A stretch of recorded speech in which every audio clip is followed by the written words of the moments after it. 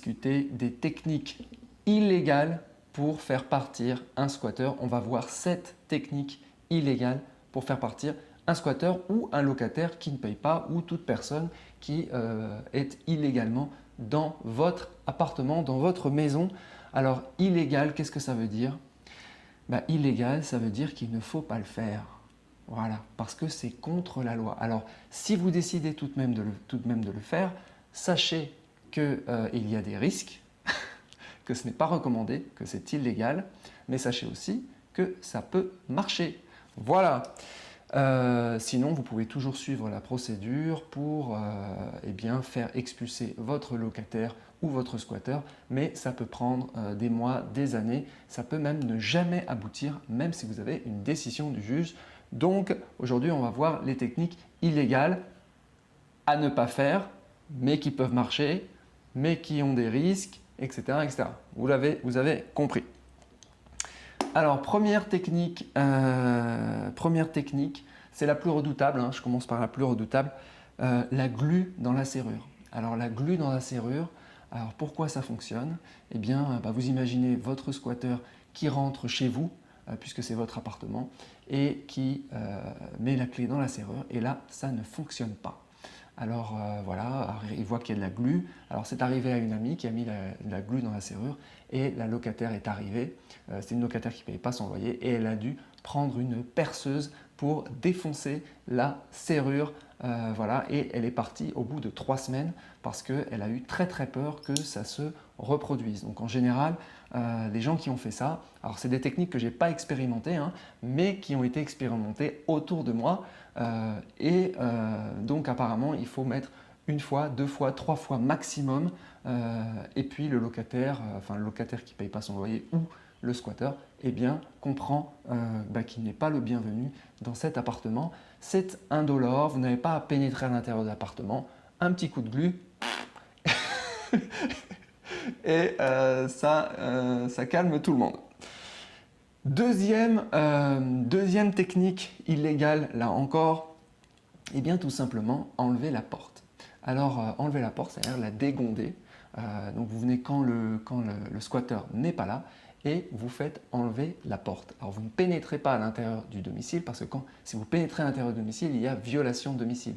Mais si vous enlevez la porte est encore à vous. Vous êtes propriétaire de l'appartement, vous êtes propriétaire de la porte, vous êtes propriétaire de la serrure et donc vous avez le droit de casser la serrure, vous avez le droit d'enlever la porte. Donc à mon avis, c'est quand même borderline, on est dans la zone grise. Donc si vous enlevez la porte, eh bien l'appartement est ouvert au gré des vents et donc vous imaginez le squatteur qui rentre chez lui, qui rentre chez vous où il y a un appartement sans porte, c'est simplement inhabitable pour des raisons de sécurité. Donc là, c'est un message très fort. Et que ce soit comme pour la serrure ou pour la porte, eh bien, ce squatteur qui n'a déjà pas d'argent pour payer le loyer ne va pas payer des centaines, des milliers d'euros pour pouvoir remettre une porte ou remettre une serrure. Donc, ça ne sera simplement pas viable pour lui, il ira chercher un autre appartement rapidos. Autre possibilité toujours illégale, eh bien, il s'agit de casser ou de couper les compteurs électriques. Donc, en général, les compteurs électriques des appartements sont à l'extérieur des appartements et donc il s'agit ici en fait de casser ou de couper le compteur électrique. L'objectif étant de couper l'électricité aux squatteurs et donc sans électricité c'est toujours plus compliqué de vivre dans un appartement, donc ça ferait partir le squatteur aussi. Autre possibilité tout à fait ingénieuse, il s'agit de casser les fenêtres depuis l'extérieur. Toujours, vous voyez toutes ces techniques, elles sont, on ne sort pas de l'appartement, on ne rentre pas dans l'appartement, on agit sur l'extérieur pour rendre inhabitable l'appartement pour que le squatteur ne puisse plus habiter à l'intérieur. Donc là, depuis l'extérieur, simplement une petite pierre, casser la fenêtre ou les fenêtres et vous imaginez si vous êtes en hiver, ça va être très compliqué de vivre à l'intérieur puisqu'il fera extrêmement froid, donc ça fera partir les squatteurs. J'ai fait, pour le coup, je suis en train de faire refaire des... j'ai pensé à faire refaire des fenêtres, donc j'ai eu un devis pour un de mes studios et refaire des fenêtres, donc toute une baie vitrée à Paris, ça coûte plusieurs milliers d'euros. J'ai des devis qui sont à 3 000 euros. Donc on imagine bien que si un squatter doit payer 3 000 euros, il va simplement partir de l'appartement. Jamais il fera faire des travaux dans un appartement qui n'est même pas le sien, donc il partira. Alors, autre technique extrêmement ingénieuse, toujours sans rentrer dans l'appartement, il s'agit de payer d'autres squatteurs pour aller squatter votre propre appartement. Alors là, c'est un petit peu tiré par la queue, mais a priori, ça marche. Donc, vous n'avez pas le droit de reprendre possession de l'appartement parce que dès que vous rentrez, si vous remettez une serrure, tout de suite, il y a violation de domicile. Par contre, si c'est d'autres squatteurs qui squattent, ils sont dans le même droit que le premier squatteur. C'est juste qu'il est resquatté. Donc, alors a priori, je ne sais pas, peut-être certaines personnes sont plus au courant, mais il n'y a pas de délit de complicité de squat. Donc, à mon avis, là, on est dans la zone grise encore. En tout cas, voilà, si vous trouvez des squatteurs pour aller resquatter votre appartement et qui acceptent de vous rendre l'appartement après, moyennant un petit billet, eh bien, ça peut le faire. Donc, faire resquatter votre propre appartement.